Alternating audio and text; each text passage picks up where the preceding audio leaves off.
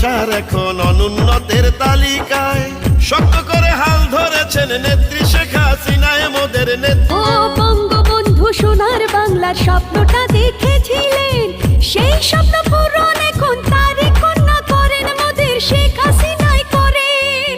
নৌকাতে পাই স্বাধীনতা, নৌকাতে হয় দেশ গঠন, নৌকাতে ভোট দিলে হয় বাংলাদেশের উন্নয়ন। এই কথা সত্য শেখ হাসিনা